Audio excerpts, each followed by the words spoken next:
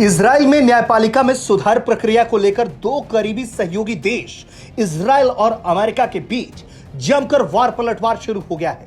हालात तूतू मेमे पर आ गए हैं। इजराइल के प्रधानमंत्री नेतन्याहू ने अमेरिकी राष्ट्रपति को हड़का दिया, उनके सुझाव को खारिज कर दिया।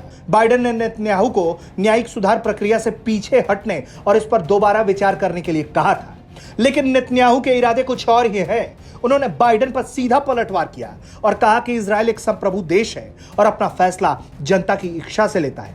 इजराइल कोई भी फैसला विदेशी दबाव के आधार पर नहीं लेता, चाहे वो एक करीबी दोस्त ही क्यों ना हो। अमेरिका इजराइल का करीबी सहयोगी माना जाता है। इस विवादित न्यायिक सुधार प्रक्रिया कानून को लेकर इजराइल में जमकर बवाल हो रहा है। इस कानून से जुड़े एक सवाल का जवाब देते हुए बाइडेन ने कह दिया था कि नेतन्याहू को इस विवादित न्यायिक सुधार कानून से पीछे हट जाना चाहिए। उन्होंने कहा था कि भारी विरोध के बीच नेतन्याहू इसे जारी नहीं रख सकते।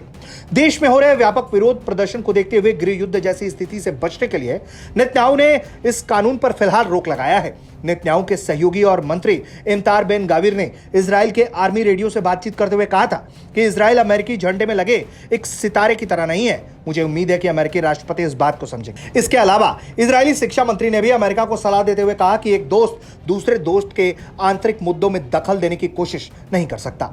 अमेरिकी राष्ट्रपति जो बाइडेन ने इजराइल के कानून को लेकर पूछे गए एक सवाल के जवाब पर कहा था कि मुझे उम्मीद है कि वो इस कानून से पीछे हटेंगे।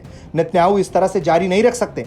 इसके अलावा बाइडेन ने इजरायली पीएम से इस विवादित कानून को लेकर जारी विरोध पर समझौता करने के लिए कह दिया था। बाइडेन ने यहां तक कहा कि इजरायली पीएम बेंजामिन नेतन्याहू को आने वाले वक्त में व्हाइट हाउस आमंत्रित नहीं करेंगे।